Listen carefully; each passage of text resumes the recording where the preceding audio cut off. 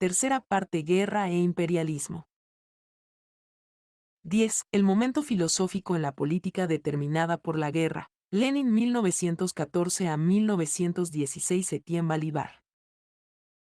Este texto apareció por primera vez como Le Mouvement philosophique déterminé par la guerre dans la politique. Lenin en 1914 en 1916, en Les philosophes et la guerre de 14, editado e introducido por Philippe, entre los que el propio Lenin proclamaba la necesaria existencia de un lazo, iban inmediatamente juntos. El nuevo Lenin, el hombre que apareció como el inspirador de la Tercera Internacional, elogiado por George Sorel en la reedición de sus reflexiones sobre la violencia. O incluso el hombre que inspiró, en el campo contrario, la filosofía de la decisión de Karol Schmerokines, era el Lenin de octubre, visto sobre el telón de fondo de los desastres de la guerra en los que se había derrumbado el mundo entero y desde los cuales emergió como un desafío y un profeta. Esta es la figura sobre la que se organizaría el leninismo. Pero ¿podemos hacer un análisis más detallado? Para nuestro cometido actual, el periodo de más relevancia es desde agosto de 1914 a los primeros meses de 1917, desde los textos de El colapso de la Segunda Internacional a las tesis de abril 2. Fue en este periodo cuando entra en juego la filosofía, aunque solo fuera para desaparecer inmediatamente después. Podríamos decir que todo sucedió como si, en el contexto de la guerra y de la urgencia de la situación, Lenin se lanzara a recorrer las fases de un fin de la filosofía, que se producía fuera del propio campo de la filosofía pero que tenía que surgir inicialmente para sí mismo en un trabajo específico que buscara entender su esencia y práctica en su propio desarrollo. Hay que señalar que con anterioridad a 1914 a 1915, Lenin ya había escrito libros y artículos sobre filosofía, sin contar la utilización en sus escritos de conceptos filosóficos marxistas. Los dos más importantes eran su ensayo de 1894, ¿Quiénes son los amigos del pueblo? 3, que desarrollaba una epistemología del materialismo dialéctico basado en la crítica dual del objetivismo y del subjetivismo y materialismo y empirocriticismo. 4. Escrito en 1908 directamente en contra de la filosofía de Bogdanov, un trabajo completamente respetable por su manejo de técnicas conceptuales y que descansa en una amplia investigación sobre diversos filósofos, Berkeley, Diderot, Kant y Mach, y otros. De cualquier forma, sostengo que en estos trabajos Lenin no era un filósofo en el sentido estricto del término. Lo que produjo, a su manera, fueron argumentos ideológicos dentro de un debate filosófico preexistente, donde ocupaba una de las posiciones posibles en el campo de las variantes de la filosofía marxista, que formaban el cemento de la socialdemocracia. Por el contrario, en los Cuadernos filosóficos de 1914 a 1915, simples notas de lectura, esquemas para una definición de la dialéctica redactados para uso privado, al mismo tiempo que otras notas preparatorias de sus estudios sobre el imperialismo, vemos planteada paradójica pero inequívocamente la cuestión de los fundamentos de la metafísica occidental, o el significado de sus categorías constituyentes, confrontadas en sí mismas. Pero este ejercicio de lectura crítica, Aristóteles, Hegel, no conduce a un discurso filosófico ni pretende hacerlo. Por el contrario, después de 1915 Lenin no volvió a escribir ninguna obra sobre filosofía. 5. Realmente, esta breve experiencia transforma por completo la propia relación de Lenin con el discurso filosófico. En este sentido, el momento filosófico determinado por la coyuntura de la guerra no tuvo continuación, incluso aunque estuviera lejos de no tener consecuencias. Esto es algo que la ideología leninista, en sus diferentes variantes, no ha entendido en absoluto. Para construir la figura de una filosofía de Lenin, esta ideología ha tenido que recurrir mayoritariamente a sus trabajos anteriores a la guerra, en especial a materialismo y empirocriticismo. Cuando se ha referido a los cuadernos filosóficos, elevándolos del estatus de anotaciones privadas al de fragmentos de un trabajo acabado, o escritos aforísticos, tenía que ofrecer una visión parcial y sesgada, negando en la práctica su carácter esencialmente inestable. 6. Lo mismo sucede, quizá incluso más, con la tendencia dialéctica o hegeliana de Borin, Lukács, Lefebvre, que buscaba en los cuadernos con el riesgo de convertirlos en fetiche, los instrumentos para una alternativa al dogma oficial, en contra del mecanicismo, de materialismo y empirocriticismo. 7. Nuestra atención debería centrarse, en primer lugar, en la propia existencia de este momento único. Una cronología precisa pone de relieve su extraño carácter. 1. Agosto de 1914. Estalla la guerra europea y en los distintos países beligerantes, en el plazo de semanas o días, se establece una unión sacrée que rompe la unidad del socialismo europeo y derrota todos sus planes para oponerse a la guerra imperialista, por no hablar de utilizar la crisis económica y política creada por las guerras para precipitar la caída de la dominación capitalista, según acordaban las resoluciones de los congresos de Stuttgart 1907 y Basilea 1912. Lenin, junto a un puñado de disidentes para quienes se trataba de una traición desastrosa, en ese momento se encuentra totalmente aislado en Suiza. La guerra lo excluye de sí misma y de la política. 2. ¿Qué hace Lenin en esta situación? A finales de 1914 acude a algunos encuentros de refugiados opuestos al socialpatriotismo, finaliza un artículo sobre Marx para una enciclopedia y, antes que nada, se sumerge en una lectura de los metafísicos. También es el momento en que por primera vez propone que el partido abandone el término socialista y regrese al de comunista. 3. Entre 1915 a 1916, por el contrario, lo vemos implicado tanto en actividades teóricas como políticas.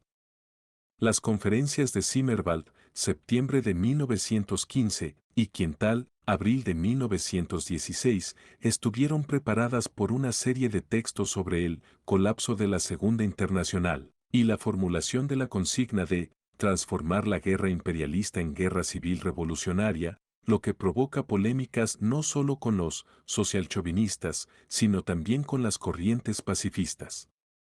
Este es el momento en que redacta el imperialismo, fase superior del capitalismo, y el periodo de debate sobre los derechos de las naciones a la autodeterminación. 8. 4. A finales de 1916 y principios de 1917 elabora una serie de textos entre los que destacan el extraordinario estudio, una caricatura del marxismo y el economicismo imperialista, publicado póstumamente en 1924, y el programa militar de la Revolución Proletaria, que matizaban la orientación de su análisis del imperialismo. 9. Estos textos iban dirigidos contra el radicalismo izquierdista, que consideraba que la guerra mundial anunciaba una desaparición definitiva del problema nacional en favor del antagonismo de clase. Criticando esta idea, y mostrando la necesidad de distinguir desde el punto de vista tanto de las causas como de los efectos entre el nacionalismo democrático de los pueblos oprimidos, tanto de dentro como de fuera de Europa, y el de las grandes potencias en lucha por el reparto del mundo, Lenin proponía la idea de que la revolución es impura, y que combina tanto movimientos de clase como demandas políticas nacionalistas. Este análisis se acompañaba con la denuncia del pacifismo burgués. A la Wilson. La paz imperialista, que asomaba por el horizonte en negociaciones secretas y que se impondría con la derrota de las potencias centrales, se denunciaba por adelantado como una continuación de la guerra imperialista por otros medios. 10. Esta cronología nos permite observar un punto de inflexión fundamental en su pensamiento político, aunque producido de manera tardía.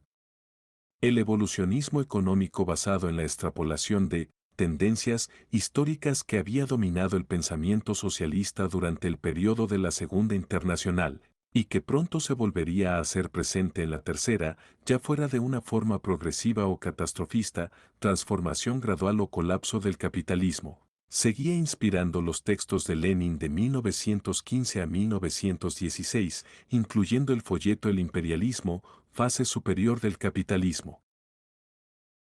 Aunque estuviera cada vez menos en consonancia con sus nuevas tácticas.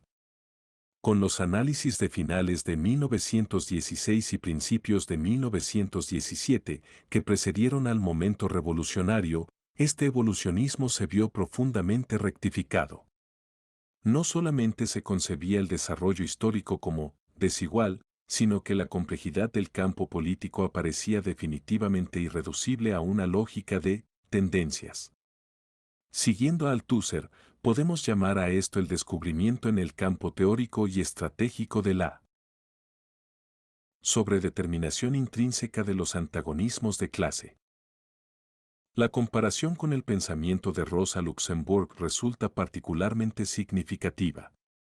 En 1914 ambos se vieron enfrentados al colapso del socialismo institucionalizado y compartieron la visión de que la guerra constituía una prueba vital que disipaba la apariencia de una evolución pacífica del capitalismo y las ilusiones del parlamentarismo, colocando al socialismo contra la pared y efectuando una autocrítica práctica de su tendencia reformista.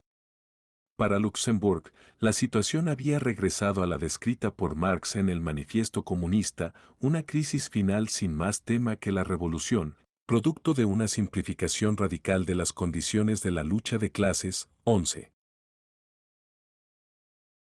Lenin, sin embargo, se fue apartando cada vez más de esta visión literalmente apocalíptica para situar la perspectiva revolucionaria dentro de los elementos de la duración y complejidad de las coyunturas. Ciertamente nunca desapareció el carácter a priori de una filosofía de la historia, que se concretaba especialmente en el mantenimiento de la perspectiva de una revolución comunista mundial. Pero bajo el precio de una tensión extrema, coexistía y buscaba conectarse con un empirismo estratégico, con un análisis de las situaciones concretas, que asumía la incorporación dentro del concepto de proceso revolucionario, de la pluralidad de formas de la lucha política del proletariado, pacíficas y violentas, y la transición de una forma a la otra. De aquí la cuestión de la duración específica y de las sucesivas contradicciones de la transición revolucionaria. Resulta imposible no relacionar inmediatamente este desarrollo intelectual con el momento filosófico de 1914 a 1915, habida cuenta de que los términos dialécticos que surgen aquí son exactamente los mismos en los que insistía en los cuadernos. Ciertamente no se trata de deducir o reflejar uno de estos aspectos a partir del otro. Debemos empezar simplemente describiendo la combinación de esfuerzos con los que Lenin buscaba simultáneamente entrar en la materia de la filosofía y de la guerra en aras de una nueva política. Resulta igualmente imposible no hacer hincapié en la coincidencia entre este desarrollo y el cambio de estilo que de hecho diferencia a Lenin posterior a la guerra. Sin ser un dogmático, el Lenin anterior a ella estaba sin embargo marcado por una doctrina estable y una posición filosófica, incluso después de las lecciones de 1905, que por encima de todo aparecía como la confirmación de la posición radical que había tomado en los debates dentro del Partido Socialdemócrata.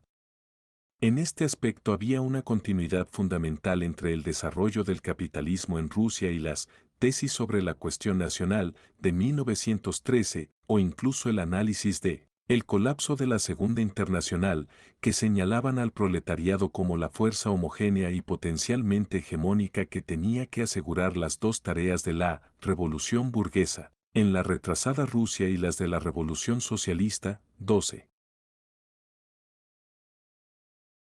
Después de 1915 y todavía más en el curso de las tres revoluciones sucesivas, las de febrero y octubre de 1917 y la que significó la NPE, en las que tomó parte, por no decir a las que fue arrojado, vemos por el contrario cómo Lenin no dejó de cambiar no solamente sus tácticas, sino sus definiciones y análisis del papel del proletariado y del partido, incluyendo su propia composición y, consecuentemente, en un análisis final, la propia identidad del sujeto revolucionario. Este último ha seguido siendo un problema constante que aparece como el resultado de una compleja construcción política en vez de constituir una presuposición socioeconómica establecida, incluyendo su forma de toma de conciencia, el paso de la clase en sí a la clase para sí.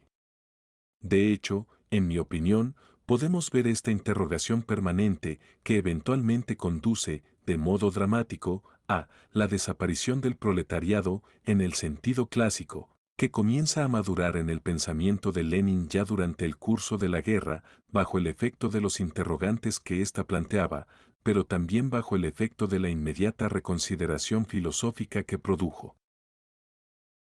13. En términos filosóficos, podríamos decir que la relación entre teoría y práctica dejaba de ser tan simple como una aplicación, para volverse una constitución no predeterminada. Aquí se hace necesario un breve recordatorio de los contenidos de los cuadernos filosóficos, todavía más acuciante porque saca a relucir una interesante cuestión de historiografía, o como decimos actualmente de manera más correcta, de recepción. Los que hayan leído la edición oficial, Collected Works 38, sabrán lo que se encuentra en ellos, un resumen de la lógica y anotaciones sobre historia de la filosofía de Hegel limitadas a los griegos. Lenin sostiene que el resto del libro no tenía nada de importancia, excepto la idea de la historia universal que se había incorporado a la ciencia marxista, un resumen de la obra de La Salle sobre Heráclito, las premisas hegelianas que Lenin criticaba ampliamente, un breve resumen de la metafísica de Aristóteles. El clericalismo mató lo que estaba vivo en Aristóteles y perpetuó lo que estaba muerto, un resumen de la obra de Feuerbach sobre Leibniz y, al final, un esquema de 5 páginas titulado, sobre la cuestión de la dialéctica, 14. La esencia de estas páginas gira alrededor del tema de la contradicción y la relación histórica, o cíclica, que conecta las formulaciones lógicas de Hegel sobre la unidad de los contrarios, la esencia y la apariencia, la necesidad y el cambio, lo absoluto y lo relativo, lo universal y lo singular, con los debates acaecidos en el seno de la filosofía griega, por encima de todo la oposición entre Aristóteles y Heráclito, prestando también especial atención a la filosofía de Epicuro como la presentaba Hegel. Esta edición, sin embargo, muestra una asombrosa laguna, no contiene las notas contemporáneas de Lenin sobre Van Kriege, de Clausewitz, ausentes por lo demás del conjunto de la edición, a pesar de que en sus escritos del periodo posterior las referencias y alusiones a Hegel y a Clausewitz van casi siempre juntas. ¿Cuál es la razón de esta omisión, de este tratamiento desigual por parte de los editores? Puede tratarse de un caso de censura ideológica, también hubo otros en el establecimiento del corpus leninista, pero ciertamente revela una incomprensión total, tanto del significado de las reflexiones de Lenin sobre las bases de la dialéctica, redactadas en la estela de su lectura selectiva de los filósofos fundamentales, como del uso posterior que hizo Lenin de esta lectura. 15. ¿Qué es lo que buscaba Lenin en su lectura de Hegel? Aunque la crítica que realizaba en aquel momento del ultraimperialismo de Kautsky y del pacifismo al que conducía se relaciona con la refutación del cosmopolitismo kantiano, Kant era el objetivo número uno de los ataques de Lenin en los cuadernos. El Hegel que le interesaba no era el de Weltgeschichte ist Weltgericht, el lugar que el propio Hegel era capaz de asignar a la guerra en la historia en relación a su filosofía del Estado, no era el punto decisivo. Por ello en concreto no se encuentra ni una referencia al Hegel al que apelaba el historicismo alemán, el que buscaban refutar los críticos franceses del pangermanismo filosófico, precursor de las teorías totalitarias. 16. Como Raymond Aron mostraba claramente en su libro sobre Clausewitz, la combinación de las formulaciones de Hegel y Clausewitz que intentó Lenin no se dirigía hacia una teoría de la guerra total, en la que la lucha de clases sería una forma particular. 17. Esta combinación es, de hecho, la esencia de la materia. Lenin retrospectivamente la proyecta en la historia, manteniendo en varias ocasiones la evidente equivocación de que Clausewitz había sido discípulo de Hegel. 18. Pero esto lo hacía en el contexto de una doble rectificación de la especulación hegeliana, Vernunft, razón, por el pragmatismo de Clausewitz, y de este último, como una aplicación del Verstand, entendimiento analítico, por la dialéctica hegeliana. Lo que Lenin corrigió en Clausewitz fue la idea de una táctica o estrategia militar como instrumento de una política de estado invariable en esencia, o que permanecía autónoma en su apreciación de la coyuntura.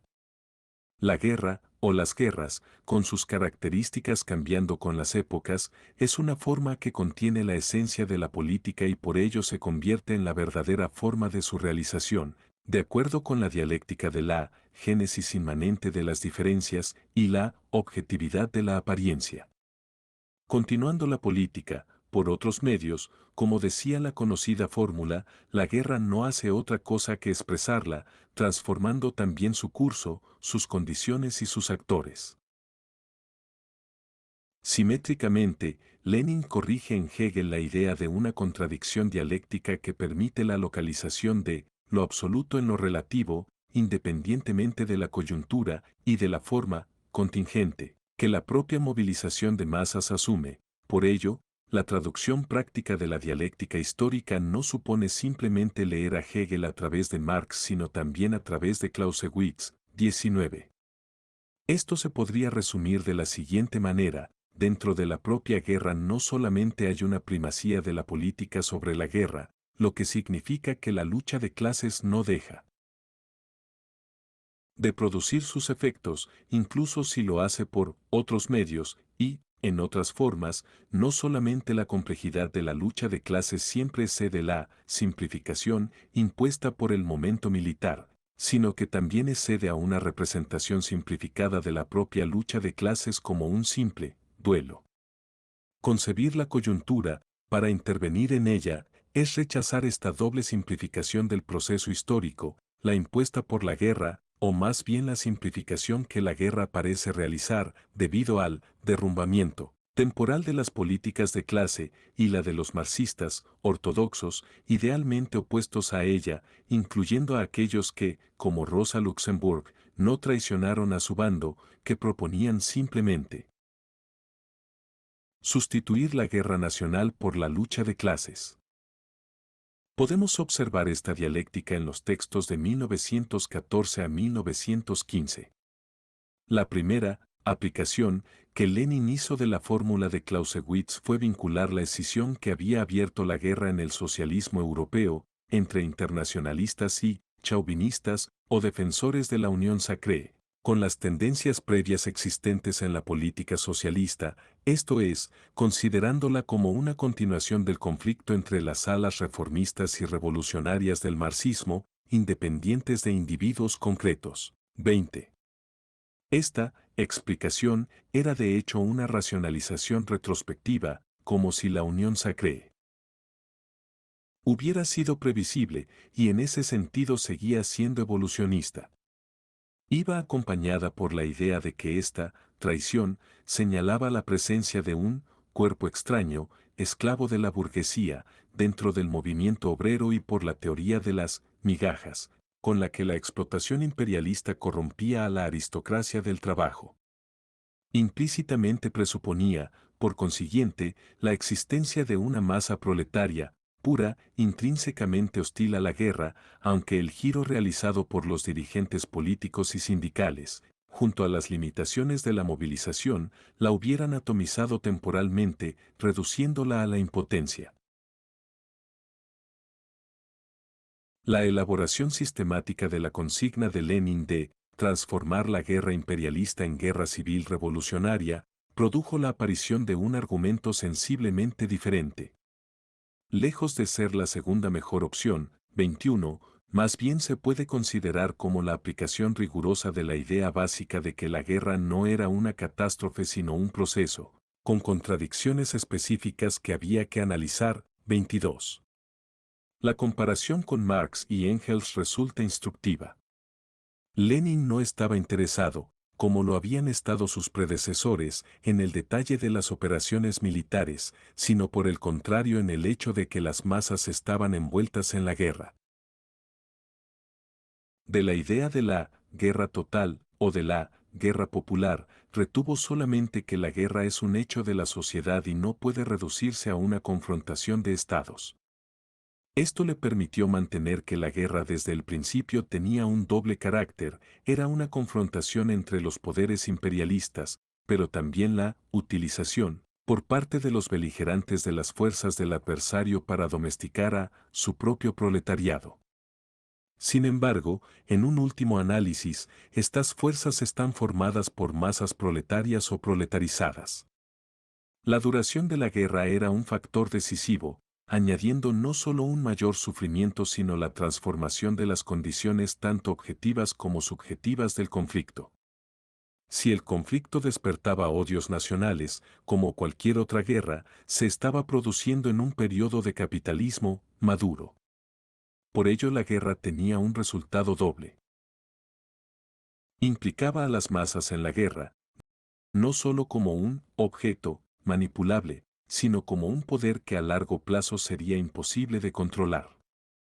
Las restricciones militares y el fracaso de las estrategias de aniquilación rápida provocarían como reacción una formidable aspiración democrática de las masas que haría imposible una simple y llana restauración de la disciplina social burguesa.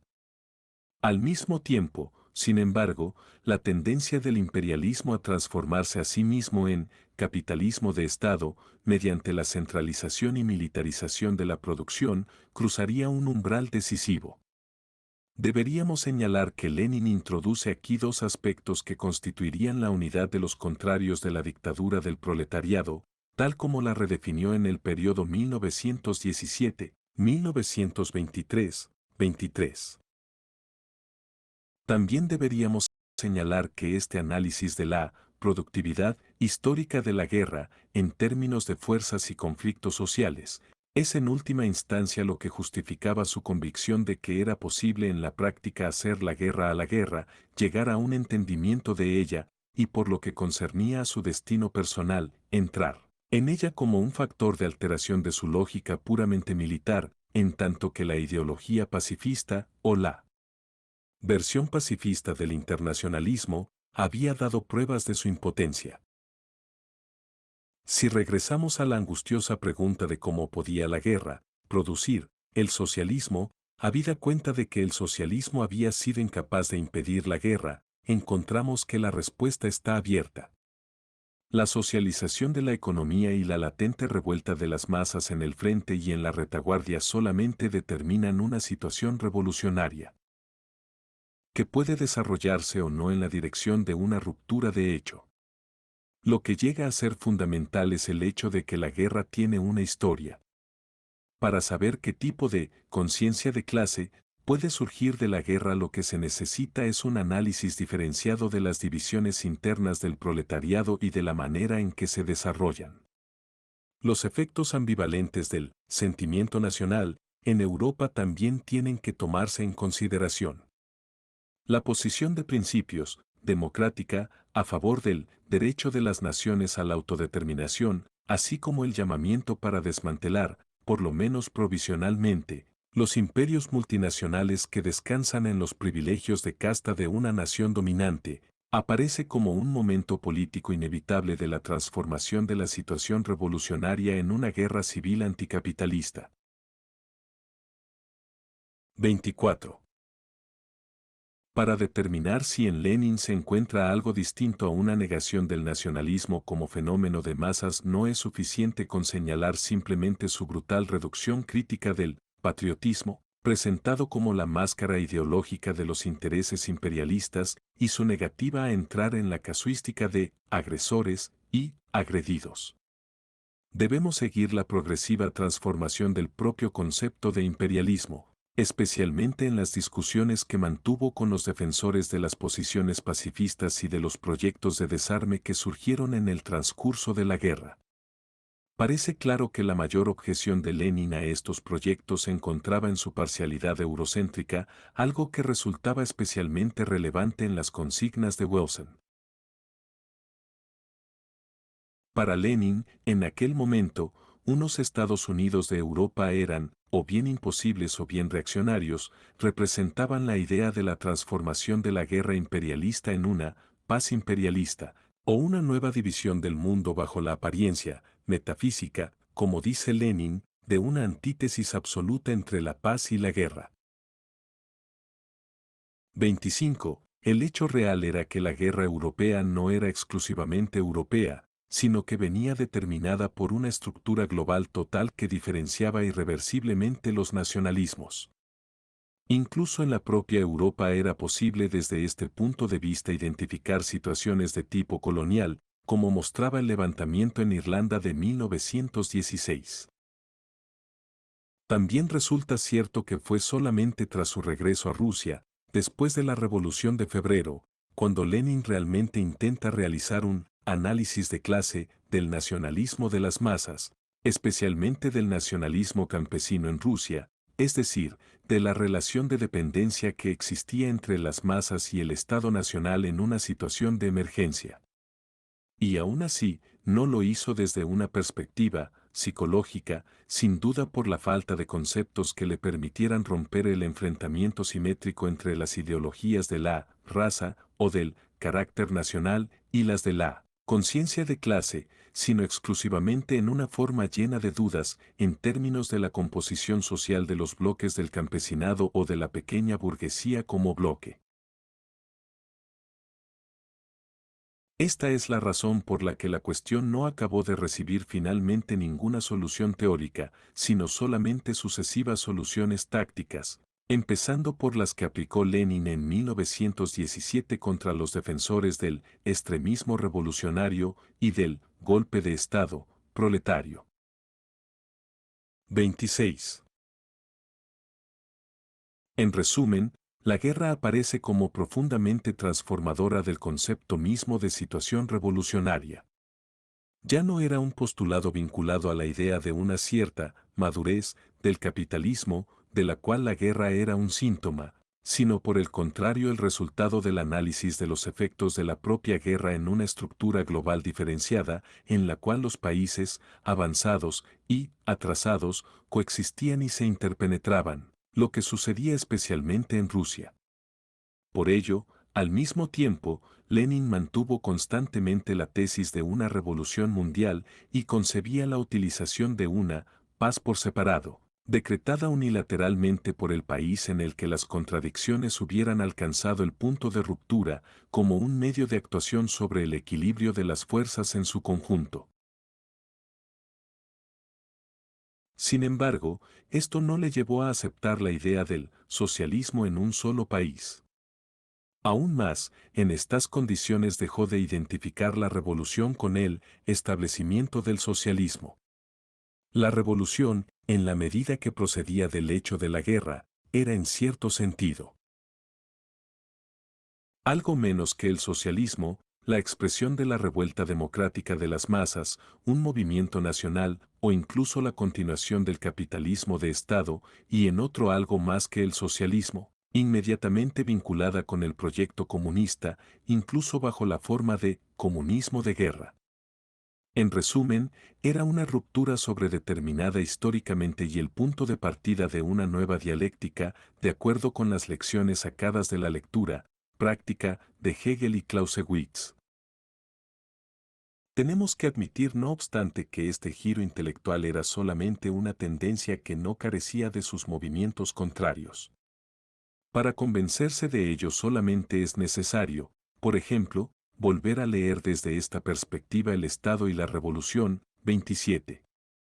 Este trabajo era un intento de recolocar la singularidad de la Revolución rusa dentro de una lógica universal, de la cual sin embargo era sintomática solamente en su carácter incompleto, no ya por las circunstancias y su urgencia, resulta más agradable recorrer la experiencia de la revolución que escribir sobre ella, sino también, quizá, como el resultado de la imposibilidad del propio proyecto.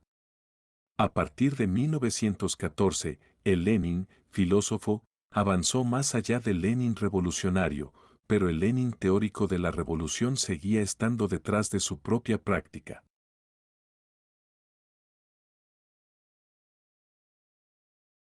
11. Del imperialismo a la globalización. George Laveca.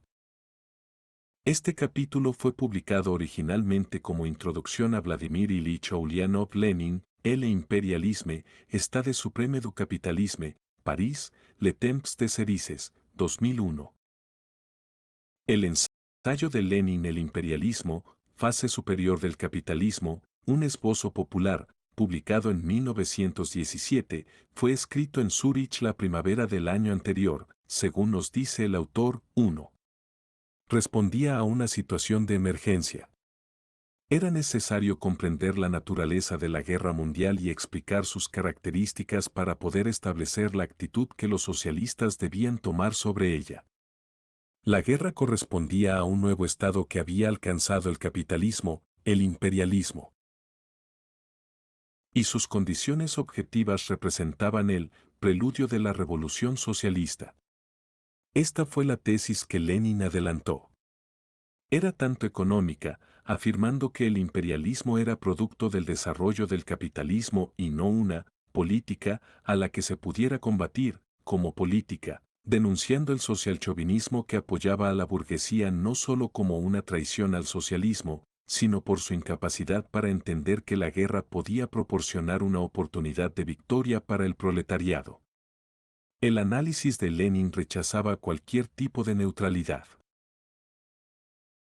Por el contrario, diagnosticaba una división del socialismo, oponiendo a las corrientes reformistas simbolizadas por la eminente figura de Karl Kautsky, el sucesor de Engels y dirigente de los socialdemócratas alemanes, y la corriente revolucionaria cuya intransigencia venía representada, al margen de ciertos puntos de vista erróneos, por Rosa Luxemburg.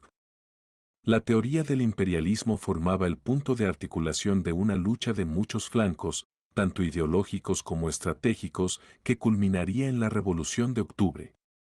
Esto significa que combinaba la totalidad de las diversas intervenciones de Lenin respecto al carácter específico de las guerras, la cuestión nacional y el derecho de las naciones a la autodeterminación, las condiciones para la revolución socialista y la democracia plena. 2. Los dos campos que dividen al mundo y al internacionalismo. 3. No hace falta decir que no puede haber ninguna valoración histórica concreta de la actual guerra, a no ser que esté basada en un detallado análisis de la naturaleza del imperialismo, tanto en sus aspectos políticos como económicos. 4.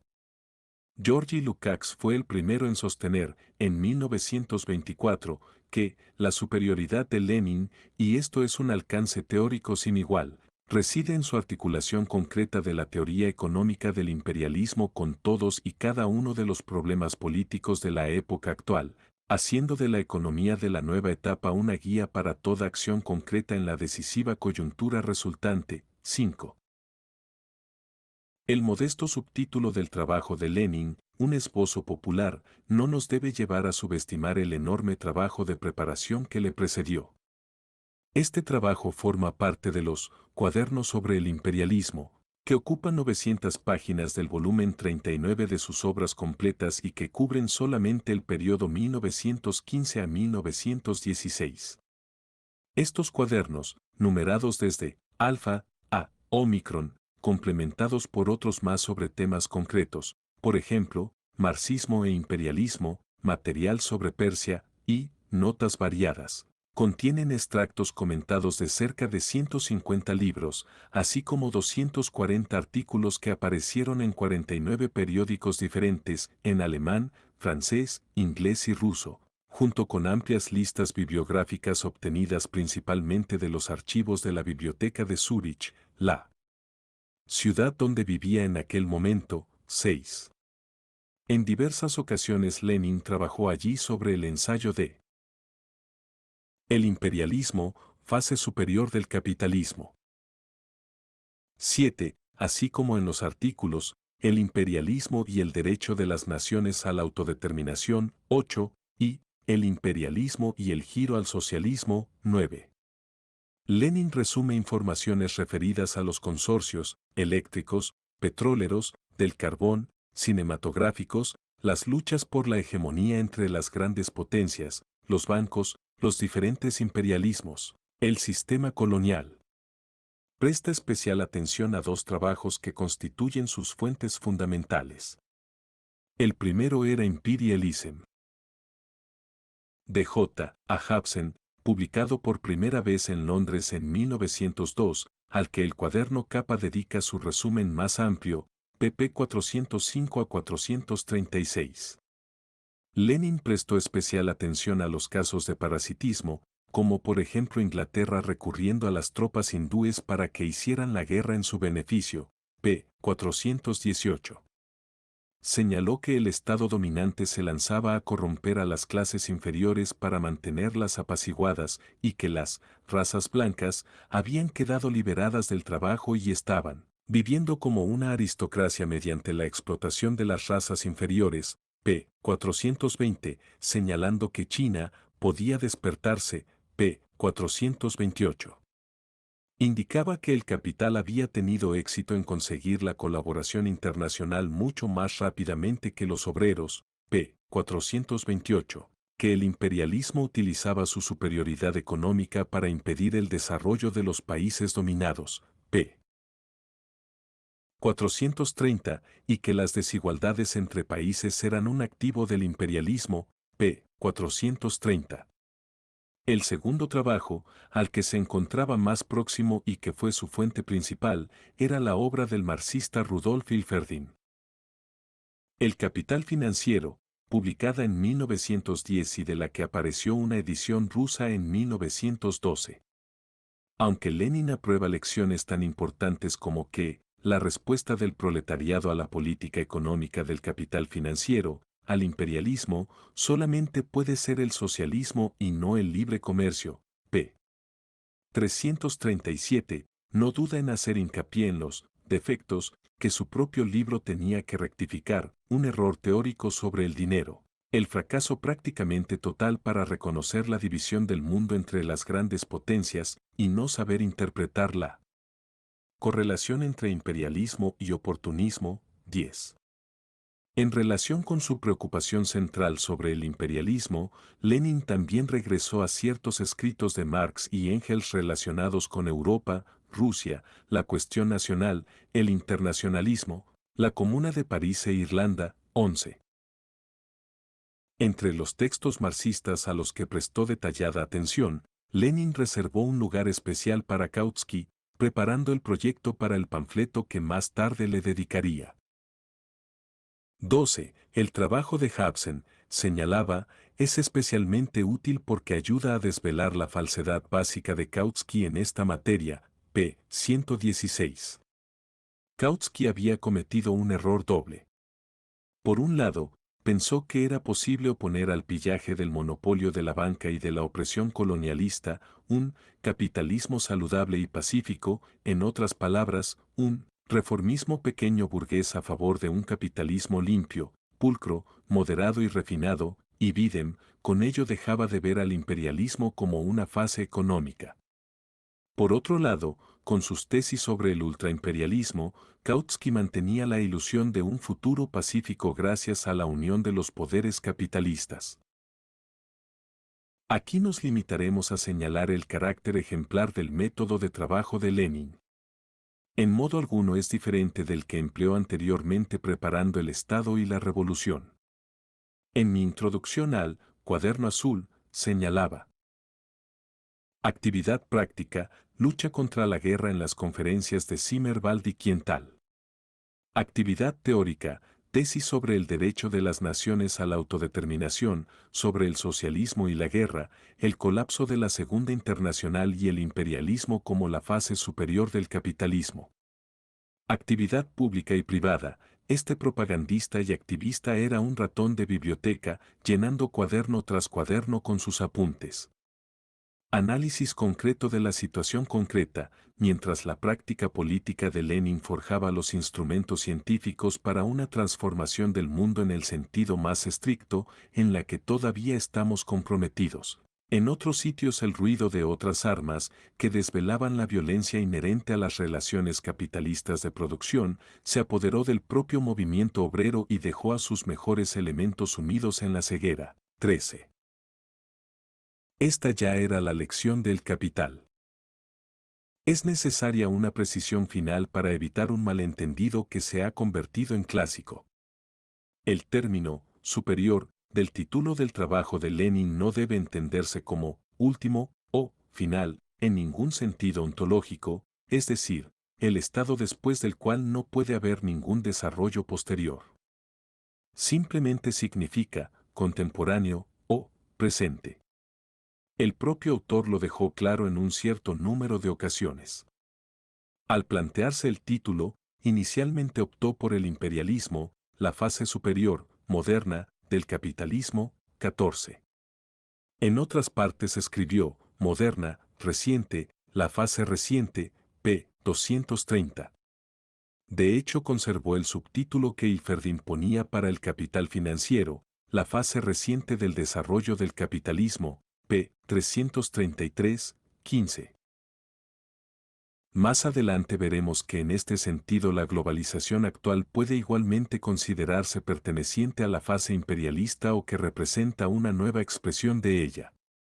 Lenin, en un espíritu similar, evocaba el nuevo imperialismo cuando copiaba la frase de Habsen. El nuevo imperialismo difiere del antiguo en primer lugar sustituyendo la ambición de un único imperio cada vez mayor por la teoría y práctica de imperios en competencia, cada uno motivado por los mismos deseos de grandeza política y ganancia comercial, en segundo lugar, por el dominio de los intereses financieros o inversores sobre los intereses mercantiles. 16. Lenin llega a ofrecer una cronología de este imperialismo, esta vez siguiendo el libro de Ulbricht, Puissance mondiale et état national. Historia politique 1500 a 1815. El viejo imperialismo había muerto con Napoleón en Santa Elena. El nuevo imperialismo se correspondía con la fundación de un nuevo imperio mundial por parte de Gran Bretaña, que lleva a otras naciones a seguir el mismo camino y con ello a la competencia económica con otros pueblos. 17. ¿Cuáles eran para Lenin las características más llamativas de este imperialismo? La presentación más explícita de ella se recoge en El imperialismo y el giro al socialismo, que puede servir de referencia para la lectura de los otros textos. Estos son los puntos esenciales. 1. El imperialismo es una etapa histórica concreta del capitalismo, la etapa del capitalismo monopolista, que se expresa en 5 fases principales. A. Carteles, asociaciones de empresarios, consorcios empresariales, todos ellos producto de la concentración de la producción. B. Los grandes bancos. C. El apropiamiento de las fuentes de materias primas por los consorcios y la oligarquía financiera. Nota: capital financiero igual a capital monopolista industrial más capital bancario. D. La división económica del mundo entre los consorcios internacionales. Nota: la exportación de bienes característica del capital no monopolista ha sido seguida de la exportación de capital.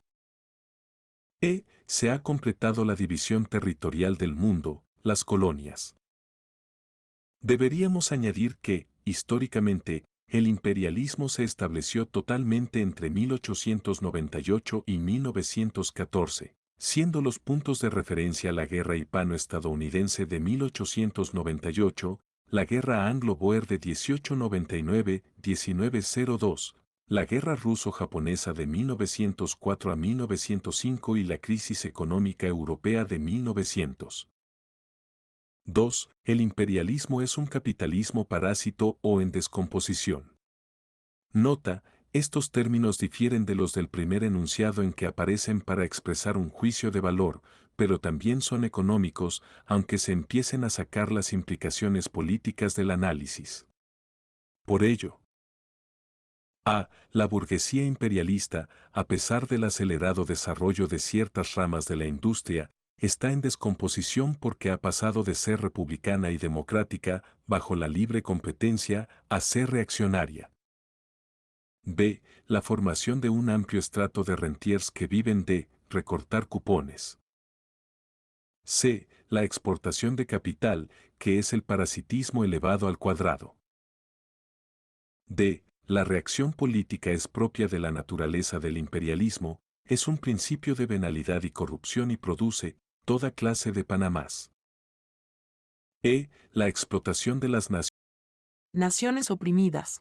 El mundo, civilizado, vive de forma parasitaria del cuerpo de los no civilizados. Nota, esto también es cierto para un estrato privilegiado del proletariado europeo. 3. El imperialismo es el capitalismo agonizante, que marca la transición hacia el socialismo, debido a que la socialización del trabajo se encuentra mucho más avanzada que en la etapa anterior. Resumiendo de nuevo algunas de estas características, el imperialismo es un producto necesario del desarrollo del capitalismo. Capitalismo igual a libre competencia igual a democracia. Imperialismo igual a monopolio igual a reacción.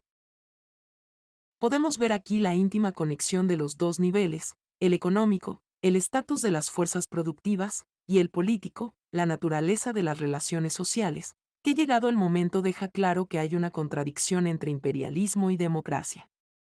El propio Lenin saca una conclusión de ello: separar la política exterior de la política interior es anticientífico, habida cuenta de que en ambos casos el imperialismo sella el triunfo de la reacción. El imperialismo es una superestructura del capitalismo. Este planteamiento lo utilizó en su Informe sobre el programa del partido, 19 de marzo de 1919, 18. La esencia de su argumentación partía del juicio de Marx cuando declaraba que la manufactura era una superestructura de la pequeña producción a escala masiva, el capital, volumen, y Lenin adelanta tres proposiciones. 1. No hay imperialismo sin un capitalismo previo. 2. Con el colapso del imperialismo, los cimientos quedan al descubierto. 3. Por ello es necesario tener en cuenta una inmensa capa inferior de capitalismo anterior. Lenin se propuso demostrar esto para el caso ruso en su libro El desarrollo del capitalismo en Rusia, cuando analizó el entrelazamiento de diferentes formas de producción como una de las características de la estructura económica del país. El término superestructura venía a especificar la naturaleza del imperialismo, que evidentemente, y como escribía Henry Lefebvre, siendo al mismo tiempo una forma de capitalismo, elemento económico, una forma de actividad de clase de la burguesía, elemento social, y una forma de Estado, elemento político, formaba un conjunto inseparablemente combinado. 19. No nos ocuparemos aquí de los diversos debates que se produjeron en aquel momento alrededor de las características del imperialismo y su definición. Incluso entre el ala izquierda del marxismo las diferencias eran significativas. Con Bukharin, con quien Lenin se mostraba en desacuerdo incluso después de haber escrito el prefacio para su panfleto 20, con Rosa Luxemburg, con la que difería de manera indirecta en su La acumulación de capital 21, o con Anton Pannekoek, quien planteaba mal el problema del reformismo 22. En vez de ello analizaremos el tema de la vigencia actual de las tesis de Lenin, sin caer en la arrogancia de posponer una respuesta que el lector ya habrá anticipado. La globalización contemporánea no es otra cosa que el nuevo imperialismo de Lenin, que ahora alcanza una etapa superior de desarrollo. Con el permiso de los farsantes posmodernos, siempre dispuestos a menospreciar como prehistórico cualquier lenguaje que no refleje su propia sumisión al orden dominante, hay ciertos términos cuya capacidad para captar la realidad no han perdido nada de su eficacia. El imperialismo, fase superior del capitalismo, es uno de ellos y continúa gobernando una constelación de conceptos en la que capitalismo, explotación, propiedad, clases y lucha de clases, democracia social y transición revolucionaria todavía mantienen su pleno significado. No hacen falta analogías y similitudes que traduzcan la misma esencia. Además de los que ya hemos señalado, podemos ofrecer algunos nuevos. Los animados debates que se producen en la actualidad relativos a la definición y periodización de la globalización recuerdan las discusiones que acompañaron al reconocimiento del imperialismo a principios del siglo XX.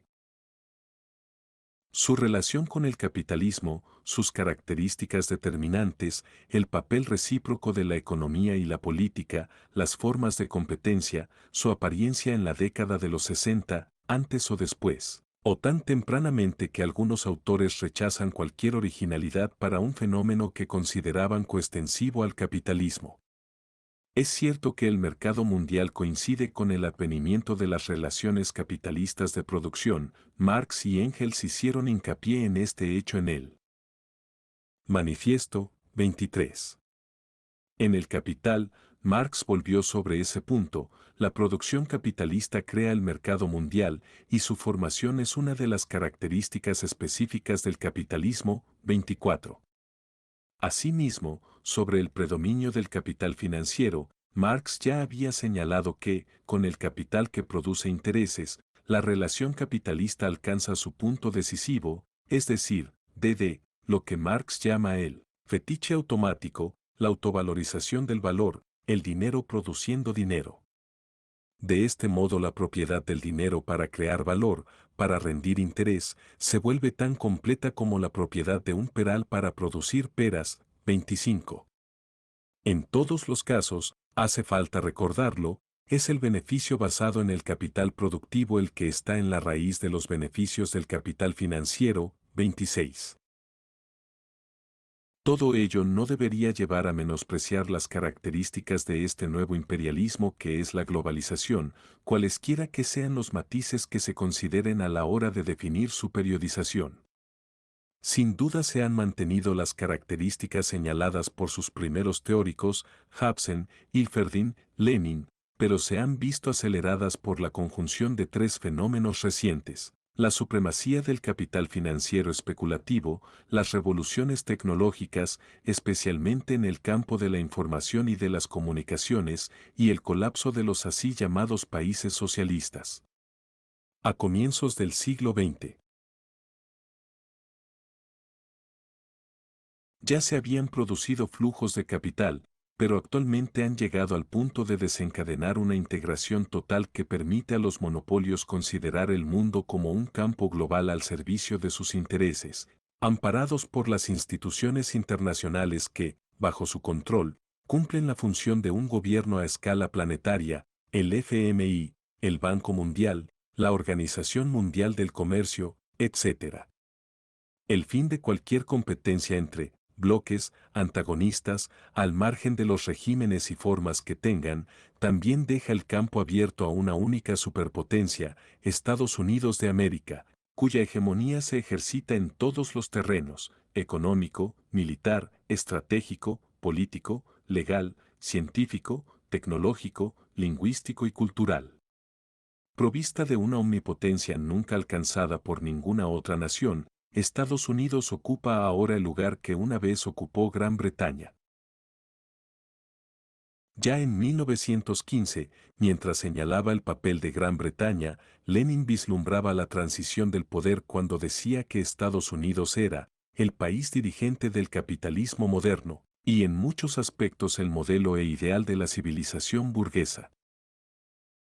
27. No hay división del mundo que no sea objeto de una redivisión. 28. Con la diferencia de que la tríada imperialista de la actualidad, Estados Unidos, Europa y Japón, no se encuentra en relaciones de igualdad. Los dos últimos actores están en una posición subordinada respecto al primero, completamente avasallados y jugando solamente un papel secundario. 29. La globalización es por ello idéntica a la americanización, o la americanización estadounidense, como debería decirse con propiedad. 30. En esta lista de analogías complementarias no deberíamos olvidar los aspectos políticos e ideológicos. Bastará una breve reseña: las cosas han quedado muy claras con las consecuencias de la caída del muro de Berlín, cuando el liberalismo entonaba una victoria que tenía los días contados. En el plano político hay que considerar tres elementos. 1. La reacción, que lejos de suponer una retirada de las prerrogativas del Estado, subrepticiamente lo coloca al servicio de las necesidades de las multinacionales, bien con el objetivo de privatizar, aumentar la flexibilidad, recortar personal, o bien para financiar mediante la constante reducción de impuestos y proceder al abandono de la soberanía que exige la concentración económica, competitividad, y la concentración política, Unión Europea. La destrucción de los servicios públicos, el desmantelamiento del derecho al trabajo, la supresión de la autonomía cultural, la excepción francesa en el cine y la comida basura son parte del precio a pagar. 2. La asimilación por la socialdemocracia, y más recientemente por los partidos comunistas, de la gestión del capitalismo, de modo que lejos de preservar las ganancias sociales, se dedican a la búsqueda del consenso cívico de una manera encubierta. Kautsky no daría crédito a sus ojos. 3. La derrota seguida de la descomposición del movimiento revolucionario, obrero, socialista, bajo el doble impacto de la globalización y del colapso del campo socialista, que no permite pensar en una ruptura en dirección a una ofensiva socialista, como en 1915 a 1916, sino que más bien parece certificar la muerte de una esperanza. En cuanto al plano ideológico, el acento se pone en la democracia, pura y simple, ofertada como modelo, especialmente para los países del este de Europa, ya vemos el uso que hacen de ella. Una democracia asimilada al mercado trufada con el discurso sobre los derechos humanos, el Rechtsstaat. Estado de Derecho, el derecho internacional recientemente complementado con el derecho a la intervención.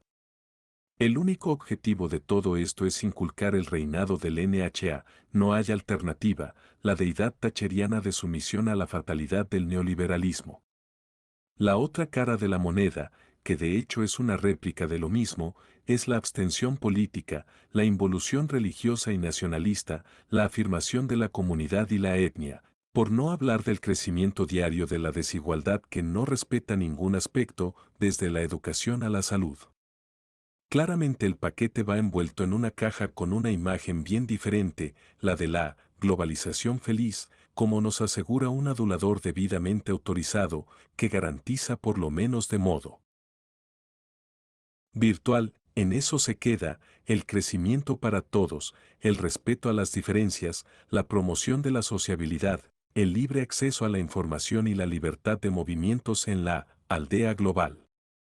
Esta imagen ha alcanzado tal éxito que algunos, de buena o mala fe, se las arreglan para pensar e incluso para mantener que existe una elección posible entre una buena y una mala globalización.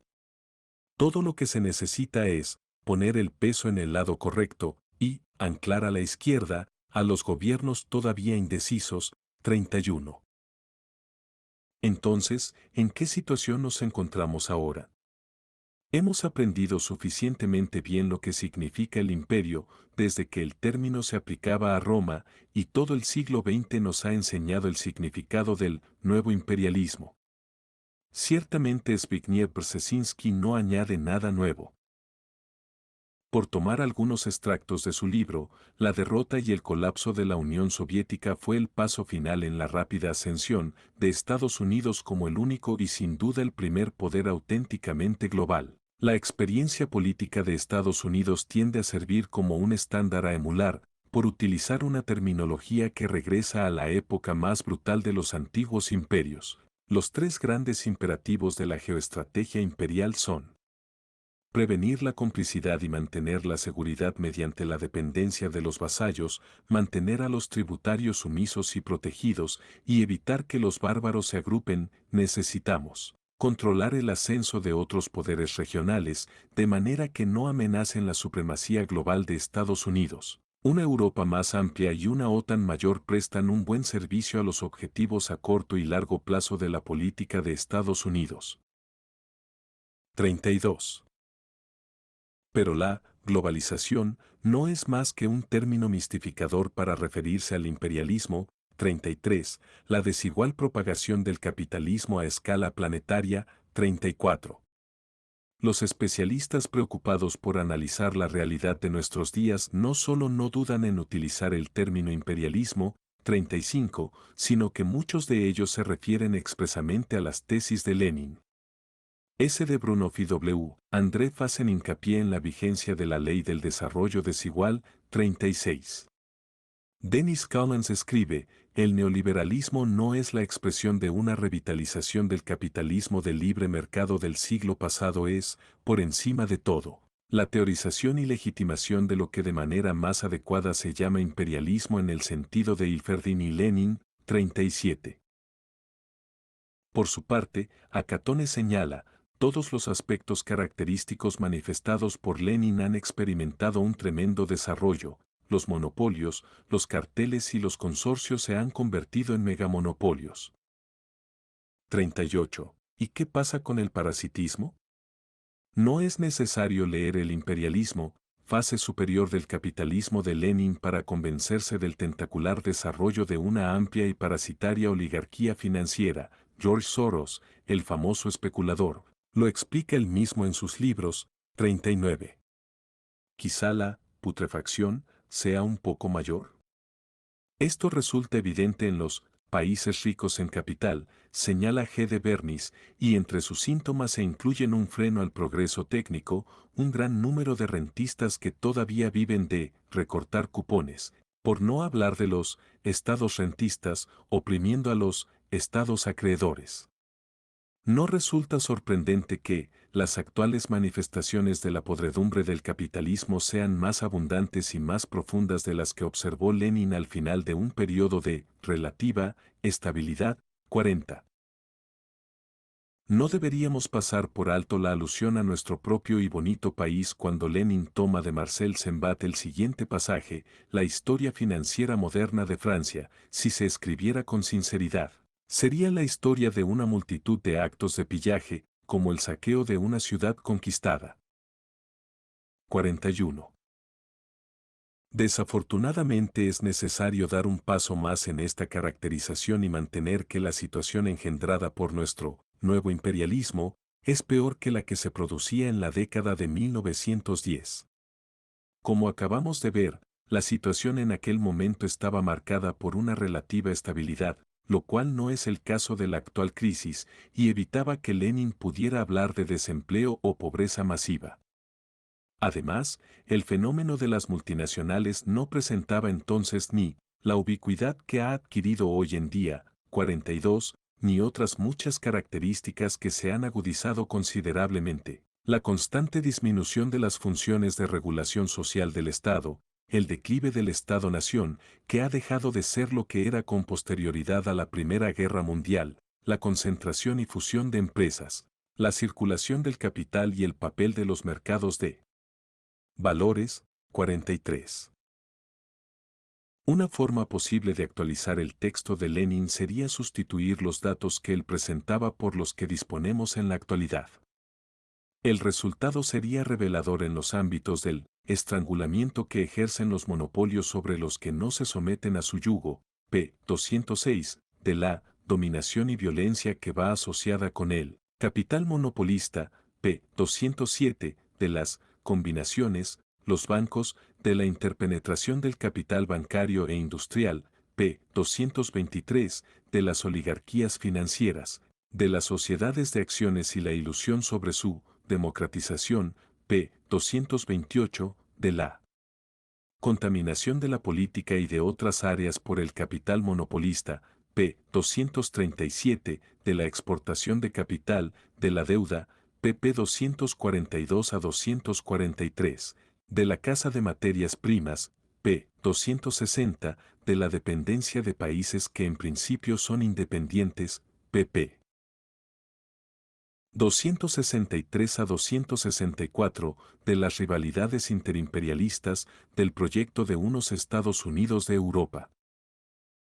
44, de el aumento de la emigración hacia estos países procedente de los países más retrasados donde los salarios son inferiores, p. 282, o de la defensa del imperialismo por académicos y publicistas burgueses, p. 286.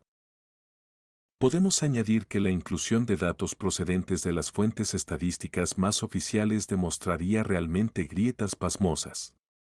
Se puede poner un ejemplo relativo al capital especulativo, que como sabemos se encuentra en el centro de la globalización, después del abandono del acuerdo de Bretton Woods y el fin del sistema monetario basado en el patrón oro, los 50 millardos de eurodólares de 1969, que ya se consideraban perturbadores, han aumentado hasta los 8.000 millardos, aunque esto es solo una pequeña parte de las finanzas mundiales, 45.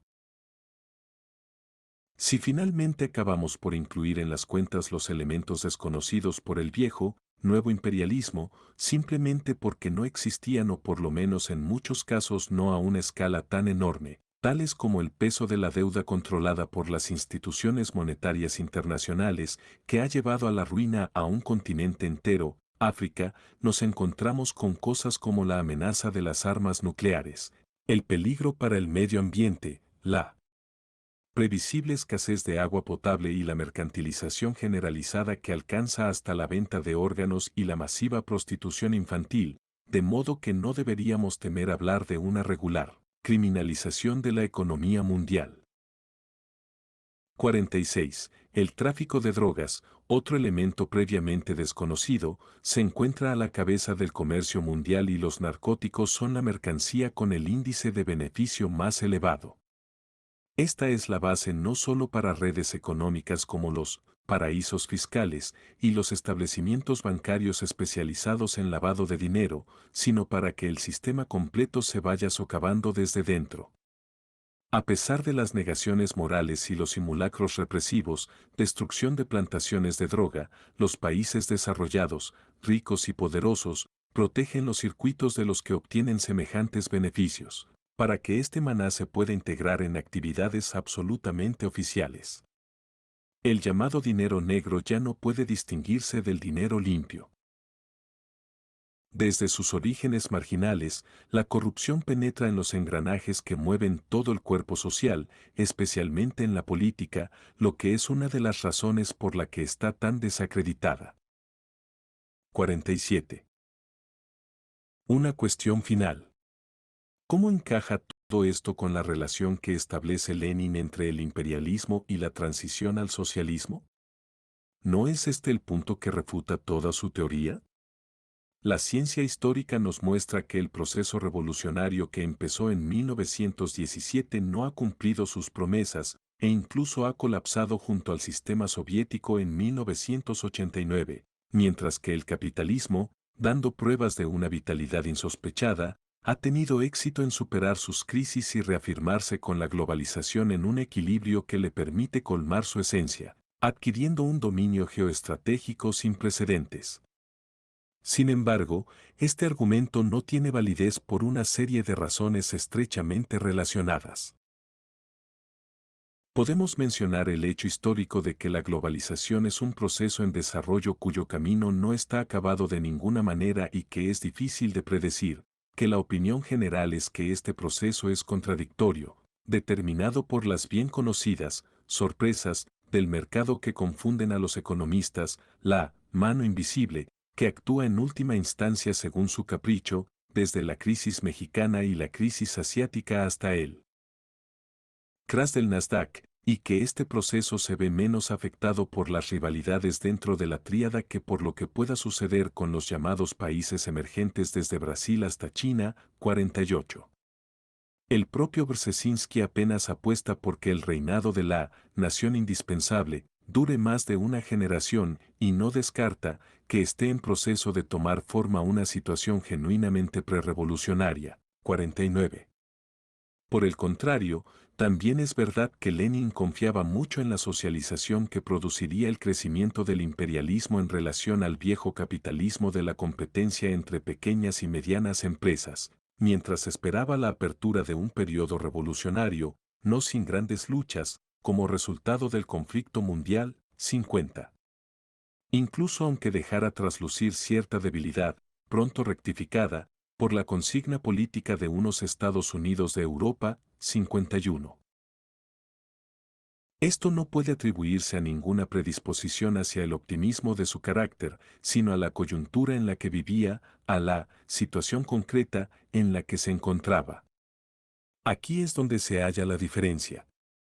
Lenin seguía siendo un hombre de la Ilustración, más cercano en ello a sus maitresapense de lo que estamos nosotros, testigos y herederos de un siglo de sangre, masacres y ruinas del que solamente vio el comienzo, lo que nos atrevemos a llamar modernidad.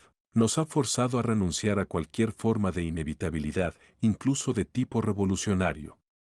No obstante, el caso es que este pesimismo, si lo podemos llamar así, está también anclado en un contexto particular. Es el reflejo de este imperialismo sin esperanza que es la globalización, porque aunque se puedan discernir sus aspectos positivos, la lucidez nos lleva necesariamente al extraordinario poder negativo inherente al sistema. Pero esta es la razón por la cual, en una aparente paradoja, el diagnóstico de Lenin mantiene su vigencia, incluso con la diferencia de conclusiones. Es el sistema el que está cuestionado, y este sistema del capitalismo ha conservado su misma naturaleza desde el capital. De Marx hasta sus avatares imperialistas, que por medio de las considerables revoluciones que ha traído y que han cambiado nuestras maneras de ver el mundo, y por medio del ritmo de estas revoluciones, solamente ha confirmado su dañina naturaleza hasta el punto de dar a la necesidad de cambio un carácter genuinamente urgente. La originalidad no hay que buscarla en otra parte y es radical. Por muy mal equipadas y desorganizadas que puedan estar las fuerzas contrarias a él por razones evidentemente coyunturales, se enfrentan a la misma tarea. Los síntomas más recientes se multiplican hasta el punto de sugerir que se producirán las convergencias que están en proceso de producirse, y que tienen una finalidad incuestionable aunque su programa no esté todavía establecido. La globalización, en el auténtico sentido, como cualquier internacionalista la ha soñado, es algo que todavía está por ganar. El juicio de Rosa Luxemburg, para quien el imperialismo no tenía más secretos, nos golpea como un puño cerrado. El capitalismo es incapaz de alcanzar la globalización porque sus contradicciones internas lo devorarán antes de que lo haga. Solamente el socialismo puede hacerlo. 52. 12. Lenin y la Ehrenvolk Democracia Domenico Lo Zurdo. 1. Para Lenin la crítica del colonialismo y del imperialismo ocupa un lugar central, más allá de la inmediatez de la política. ¿Qué es la democracia? Veamos cómo la define la tradición liberal clásica. Tocqueville describe con lucidez y sin indulgencia el trato inhumano que se daba a indios y negros en Estados Unidos. Mediante deportaciones sucesivas y sufriendo los terribles males que acarreaban, los primeros estaban claramente destinados a ser borrados de la faz de la tierra. En cuanto a los segundos, en el sur se veían sometidos a una esclavitud más inflexible que la del antiguo mundo clásico o de la que existía en América Latina. En el norte eran libres en teoría, pero en la realidad continuaban siendo las víctimas de los prejuicios raciales que se manifestaban duramente de forma especialmente cruel, de modo que los negros no solamente estaban desprovistos de los derechos políticos sino también de los derechos civiles mientras que la sociedad, de hecho, les había abandonado a la violencia racias, oprimidos, podéis quejaros, pero solamente encontraréis blancos entre vuestros jueces. 1. De cualquier forma esto no impedía que los liberales franceses elogiaran a Estados Unidos como el único país del mundo donde la democracia estaba en vigor, viva, activa y triunfante.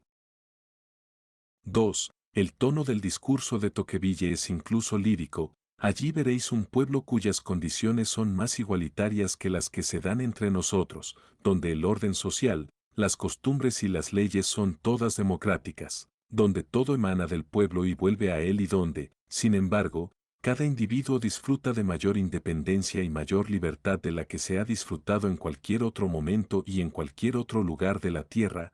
3. ¿Y los indios? ¿Y los negros? Tocqueville, adelantándose a estas objeciones, responde en su declaración programática al comienzo del capítulo dedicado al problema de las tres razas que habitan el territorio de Estados Unidos. La tarea principal que me había impuesto ahora ha quedado completada. He mostrado, por lo menos hasta donde me ha sido posible, cuáles son las leyes de la democracia americana y he dado a conocer sus costumbres. Podría detenerme aquí. Escribe sobre las relaciones entre las tres razas solamente para evitar una posible desilusión del lector. Estos argumentos que afectan a mi exposición no son una parte integral de él. Se refieren a Estados Unidos, no a la democracia, y por encima de todo quería hacer un retrato de la democracia. 4.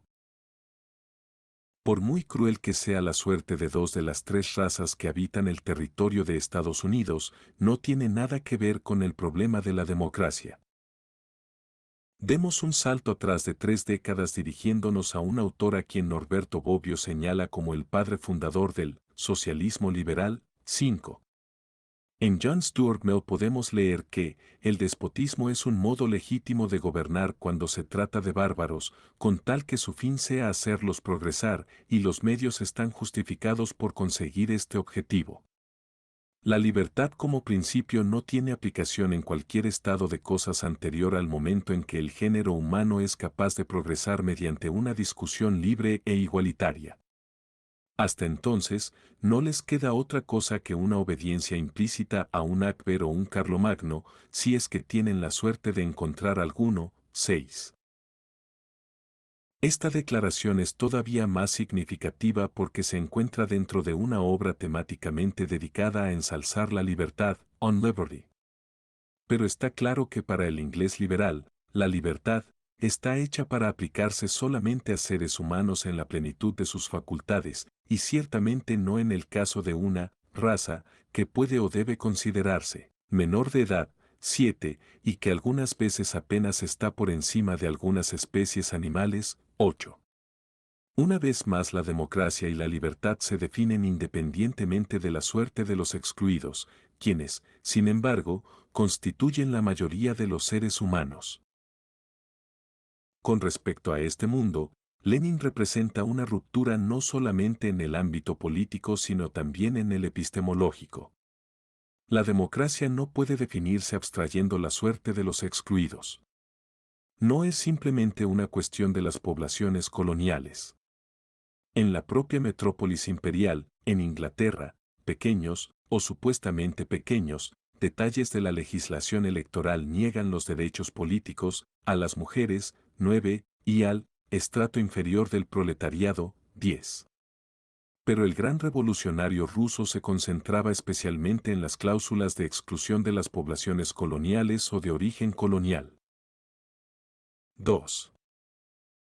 La historia de Occidente nos enfrenta a una paradoja que se puede entender mejor comenzando con la historia de Estados Unidos, la actual nación dirigente. La democracia para la comunidad blanca se desarrolló simultáneamente con la esclavitud de los negros y la deportación de los indios.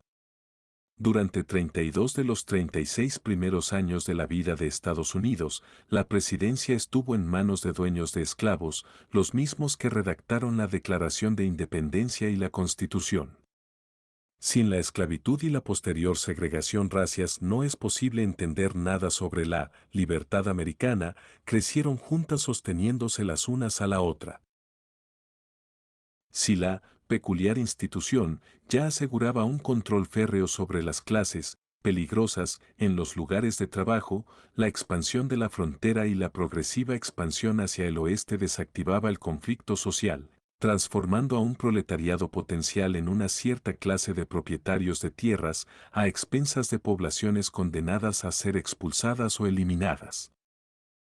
Después del bautismo de la Guerra de la Independencia, la democracia estadounidense experimentó con el presidente Jackson un nuevo desarrollo durante la década de 1830.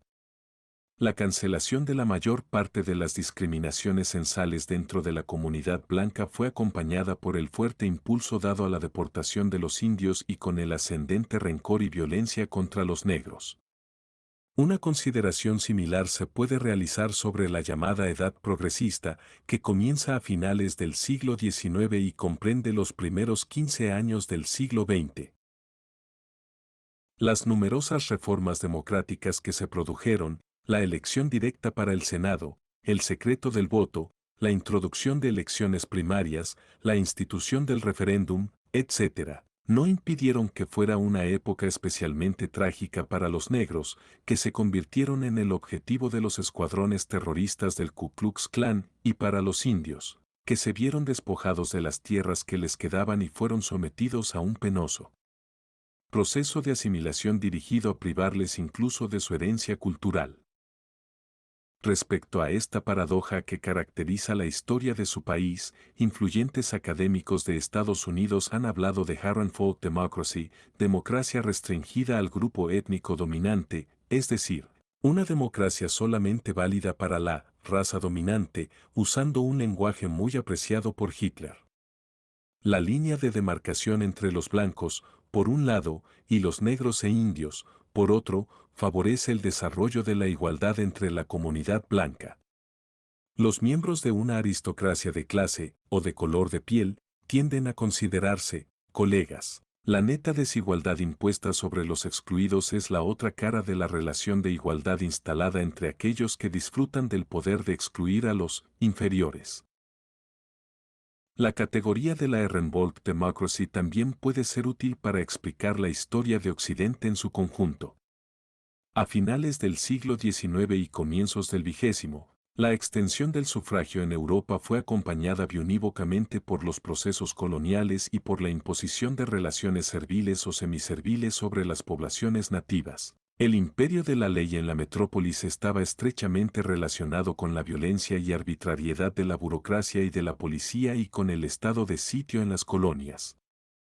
Se trataba, después de todo, del mismo fenómeno que se había producido en la historia de Estados Unidos, solamente que en el caso europeo resultaba menos evidente porque las poblaciones coloniales, en vez de vivir en la metrópolis, estaban separadas de ella por un océano. 3. Dentro del pensamiento liberal no solo es muy difícil encontrar una crítica de esta democracia de la raza dominante, sino que a menudo es la expresión teórica de ese sistema. Para Lenin, sin embargo, la Ehrenvolk Democracy es el blanco privilegiado de su lucha. El dirigente revolucionario ruso obstinadamente ponía en evidencia las excluyentes cláusulas macroscópicas de la libertad liberal a expensas de las pieles rojas o negras y de emigrantes procedentes de países retrasados. 11.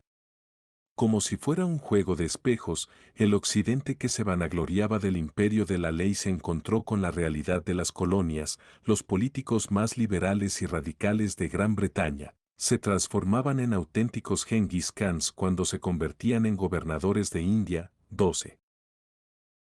La Italia de Giovanni Giolitti podía estar orgullosa de la extensión de la ciudadanía a prácticamente toda la población adulta masculina. Pero una vez más encontramos el contrapunto coral de Lenin a las autoalabanzas liberales, cuando señala que la ampliación del sufragio estaba dirigida a aumentar la base de acuerdo para la expedición a Libia, esa típica guerra colonial de un Estado civil del siglo XX. Nos encontramos con una nación civil y constitucional procediendo en su trabajo de civilizar por medio de las bayonetas, las balas, la soga, el fuego y la violación, incluso con la masacre. Se trata de una perfecta carnicería de civiles, una masacre de la población árabe con armas sumamente modernas. Más de 3.000 árabes fueron masacrados, familias enteras, mujeres y niños. 13. Sí, Stuart Mill podía celebrar el Imperio Británico como un paso adelante hacia la paz universal y hacia una cooperación amistosa entre las naciones. 14. Pero, incluso ignorando el conflicto entre las grandes potencias que llevaron finalmente a la Primera Guerra Mundial, esta celebración implica una monstruosa represión. Las expediciones de las grandes potencias en las colonias no se consideraban guerras. Eran conflictos en los que si bien pocos europeos morían, cientos de hombres pertenecientes a los pueblos que los europeos estaban sofocando perdían sus vidas. Lenin proseguía, ¿se le puede llamar guerra?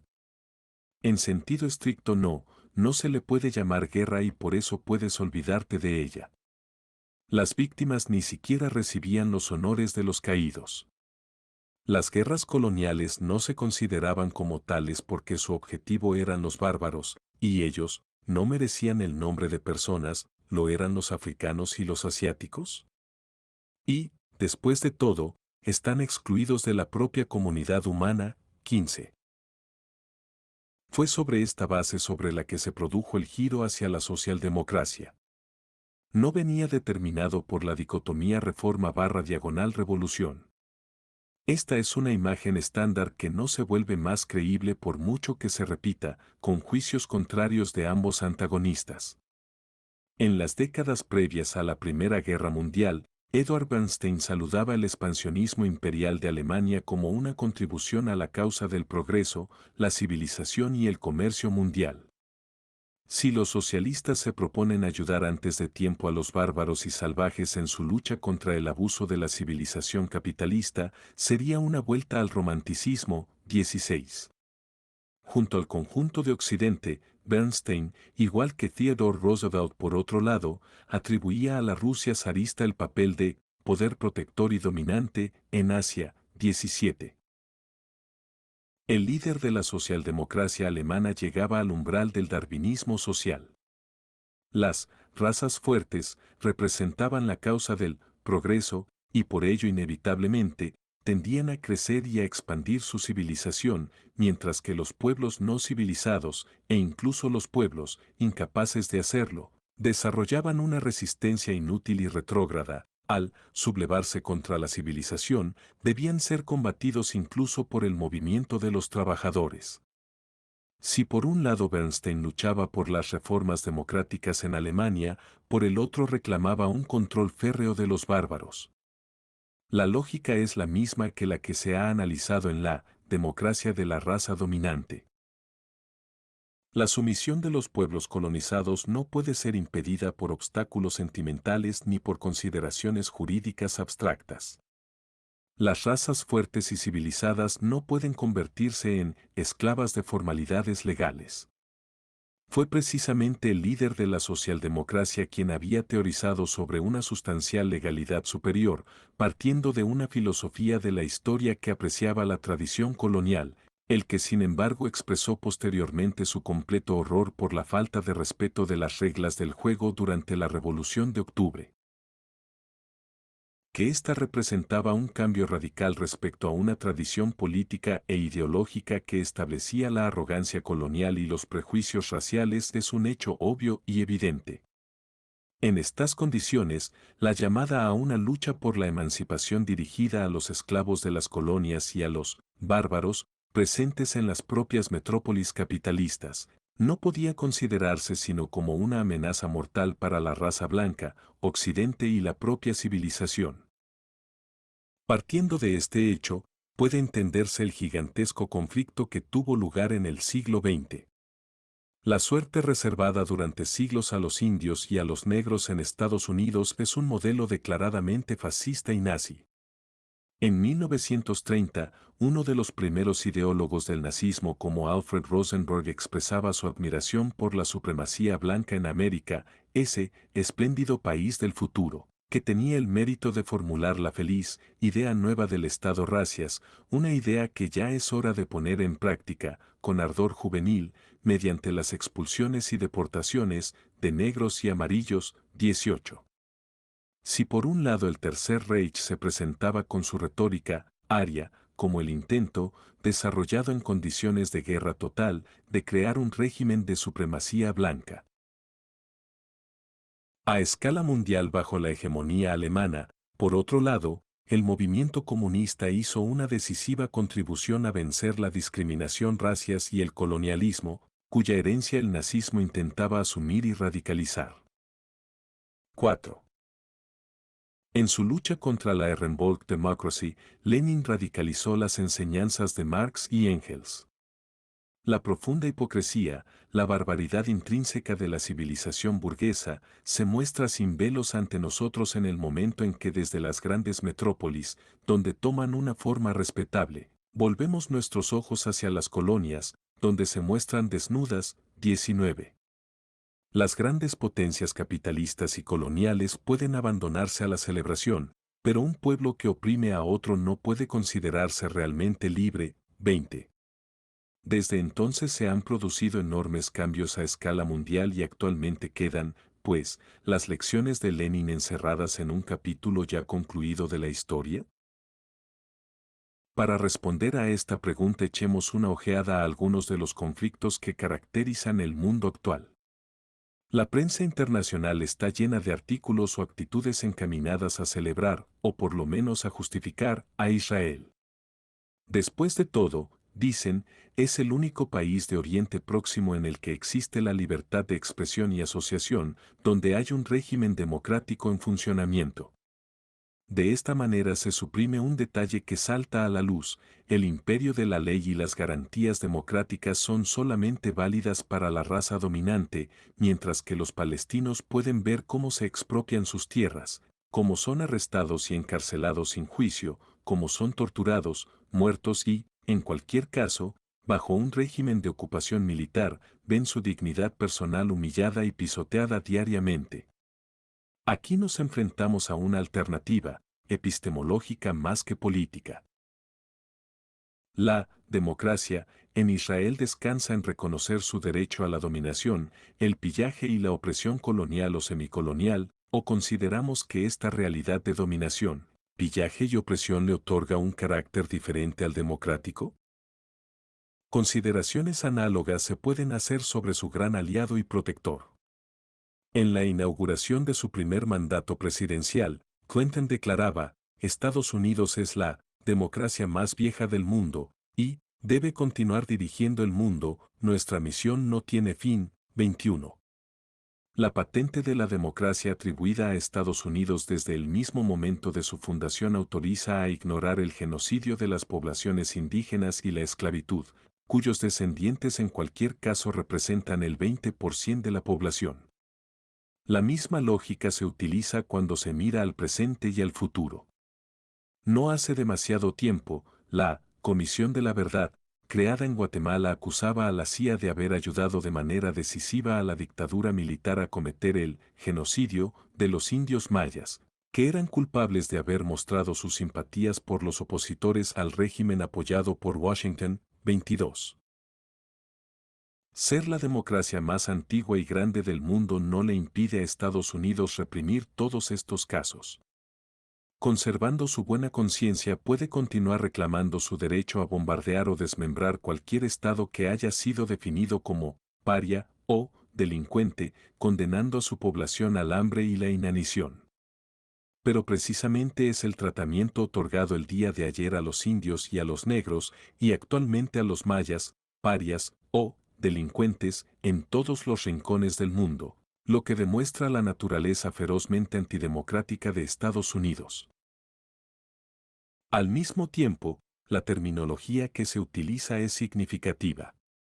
En cuanto a la expresión Estado paria, claramente retrocede a la historia de las sociedades divididas en castas, donde ni la igualdad, ni siquiera el contacto estaba permitido o era posible entre miembros de la casta superior, por un lado, y los intocables, por el otro.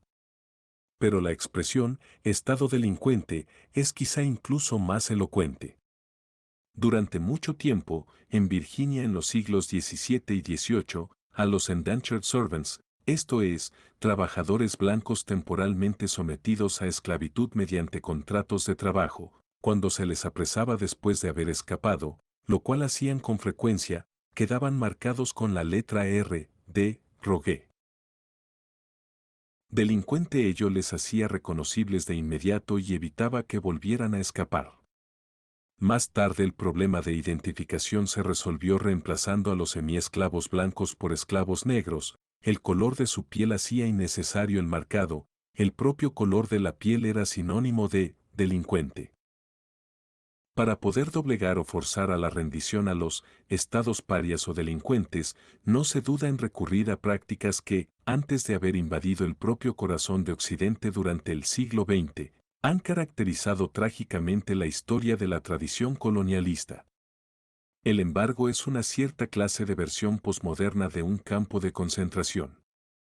En la era de la globalización no hace falta deportar a la gente, es suficiente con bloquear la llegada de alimentos y medicinas, que unido a un bombardeo inteligente, permite tener éxito en destruir acueductos, sistemas de alcantarillado e infraestructuras sanitarias, como realmente ha sucedido en Irak. 5. Hemos visto a Clinton reclamando el carácter eterno de la misión de Estados Unidos y así se nos conduce de vuelta a la historia del colonialismo y del imperialismo. A principios del siglo XX, argumentando en contra de los profetas europeos y estadounidenses del imperialismo, John A. Hobson, un liberal de izquierda inglés, los describía irónicamente como el «destino manifiesto» y el partido de la «misión civilizadora» 23. También Lenin, utilizando esta información, formuló un programa político para una ruptura completa con las bárbaras políticas de la civilización burguesa que legitimaban y festejaban la dominación de unas cuantas naciones elegidas sobre el resto de la humanidad. 24. ¿Ha desaparecido esta visión y esta pretensión imperial? En el transcurso de la campaña en la que resultó elegido, George W. Bush no dudó en proclamar un nuevo dogma: nuestra nación ha sido elegida por Dios y delegada por la historia para ser el modelo para el mundo. 25. En su momento, su padre había declarado: veo a Estados Unidos como a un líder, como la única nación con un papel especial en el mundo. Escuchemos más voces. Henry Kissinger: el liderazgo mundial es inherente al poder y los valores de Estados Unidos. 26. Madeleine Albright: Estados Unidos es la única nación indispensable. Esta misión o liderazgo eterno se reclama en nombre de los derechos del hombre.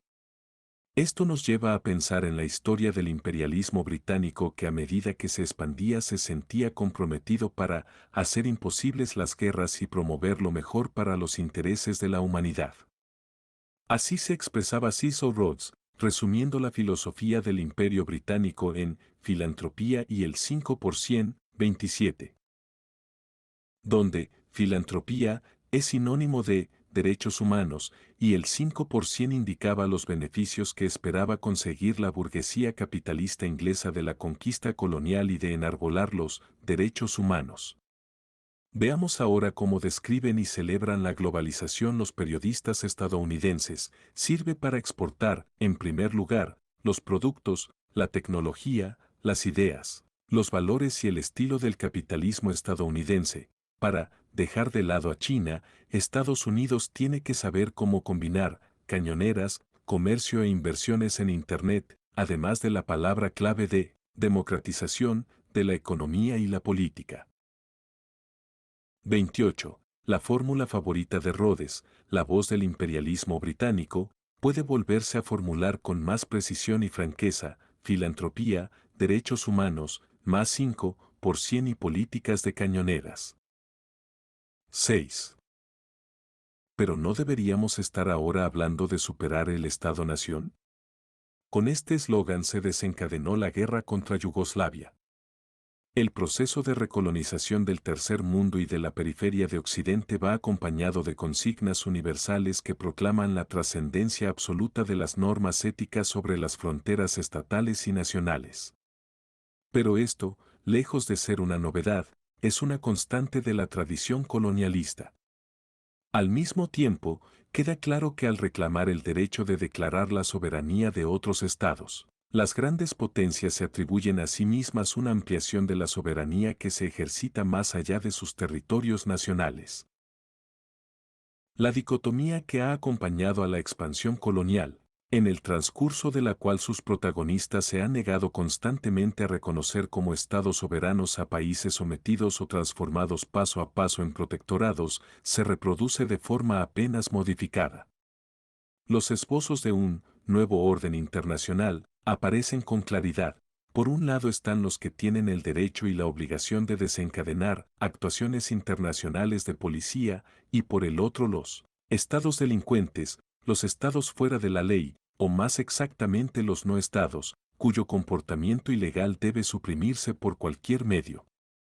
En el tipo de Estado mundial que se invoca aquí, Occidente completa el monopolio de la violencia legítima, y esto hace explícita la falta de emancipación, consumida a expensas de los excluidos. 7. Reivindicar la modernidad de Lenin no significa, sin embargo, ignorar o minusvalorar los elementos de innovación que se han producido en la situación internacional. Ciertamente, en algunos casos la cuestión nacional continúa presentándose en su forma clásica, como la lucha por la liberación de la dominación colonial para construir un Estado-nación, el caso de Palestina. En otros momentos, la cuestión nacional está conectada a la lucha para defender los resultados alcanzados que siguieron al proceso de descolonización. Obligados a reconocer la independencia de países que han escapado a su control, las grandes potencias capitalistas tratan ahora de desintegrarlos apelando a las rivalidades étnicas o tribales. Es una maniobra fácil. Los países que han alcanzado recientemente su independencia, a menudo con fronteras inciertas, mal trazadas o arbitrarias, no tienen una historia unitaria a sus espaldas. En sí misma, la herencia colonial es un suelo fértil para la aparición de movimientos separatistas y secesionistas, donde el imperialismo adquiere con facilidad un papel hegemónico. De aquí el constante y a menudo inútil llamamiento de los dirigentes de esos nuevos estados para superar el tribalismo, comunalismo o cualquier fuerza responsable del fracaso de que los nuevos habitantes de la República X se sientan primordialmente ciudadanos y patriotas de X, antes que miembros de alguna otra colectividad. 29. Los sucesos que se produjeron en Congo a finales de la década de los 50 y comienzos de la siguiente son un buen ejemplo. Bélgica, viéndose obligada a conceder la independencia, inmediatamente se dedicó a promover la secesión de Katanga. ¿No era en nombre de la autodeterminación en el que Congo, como toda África, había reclamado y continuaba reclamando la independencia? Este mismo principio había que aplicarlo a la rica región minera controlada por la Unión Miniere. Rápidamente se encontró un líder, revolucionario, dispuesto a enarbolar esa bandera, Moisés Tshombe, hijo el primer millonario negro, de Katanga. Los secesionistas y las fuerzas coloniales capturaron a Lumumba, el dirigente del movimiento nacional congoleño, que apoyaba un programa intertribal unitario y progresista.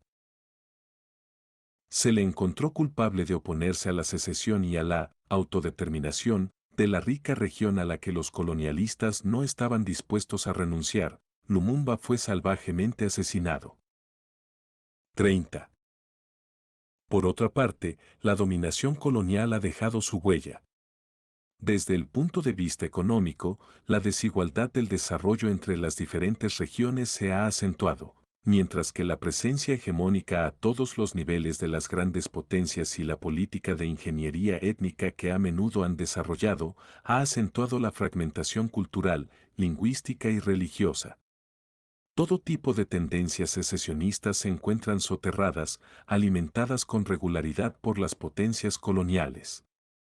Cuando Gran Bretaña arrebató Hong Kong a China no pensaba en la autodeterminación, y no se acordó de ella durante los largos años que duró su dominación. Pero repentinamente, a la vista del retorno de Hong Kong a China, a la Tierra Madre, el gobernador enviado por Londres, Chris Patten, un conservador, tuvo una especie de iluminación y conversión espontánea. Hacía un llamamiento a los habitantes de la colonia para que reclamaran su derecho a la autodeterminación y a permanecer así bajo la tutela del Imperio Británico. Consideraciones análogas se pueden hacer sobre Taiwán. Cuando a principios de 1947, el Kuomintang, que había huido de China continental y del victorioso ejército popular, desencadenó una terrible represión que provocó alrededor de 10.000 muertos, 31. Estados Unidos tuvo mucho cuidado en no invocar el derecho de autodeterminación para los habitantes de la isla, por el contrario, buscó imponer la tesis de que Chiang Kai-shek representaba al gobierno legítimo no solamente de Taiwán sino de toda China. El gran país asiático tenía que permanecer unido pero bajo el control de Chiang Kai-shek, reducido a un simple procónsul del imperialismo de Washington. A medida que el sueño de reconquistar el país fue desplomándose y cuanto más crecía la aspiración del pueblo chino por alcanzar la completa integración territorial y la independencia, acabando con el trágico capítulo de la historia colonial, los presidentes de Estados Unidos sufrieron una iluminación similar a la de Cresp Patton. También ellos empezaron a preocuparse por la idea de la autodeterminación. ¿Incoherencia? En absoluto, la autodeterminación es la continuación de la política imperial por otros medios. Si no era posible apoderarse del conjunto de China, era conveniente, entre tanto, asegurarse el control de Hong Kong o Taiwán. Finalmente, es preciso recordar que en determinadas circunstancias la cuestión nacional puede ser acuciante incluso en el corazón de Occidente. De acuerdo con documentos de Estados Unidos recientemente desclasificados, la CIA estaba preparada, a la víspera de las elecciones italianas de 1948, por si se producía una victoria de los movimientos secesionistas de Cerdeña y Sicilia que desmembraran Italia. 32. Al reclamar sin moderación su derecho a proclamar la soberanía de otros estados, las grandes potencias se atribuyen una soberanía monstruosamente dilatada. Esta desigualdad radical entre naciones es una característica esencial del imperialismo, ese sistema político-social caracterizado, en opinión de Lenin, por la enorme importancia de la cuestión nacional. 33. Al proclamar su misión, Estados Unidos y las grandes potencias imperiales pueden enarbolar tranquilamente la bandera de la democracia, sigue siendo una Ehrenvolk Democracy, que constituye el objetivo constante de la actuación de Lenin.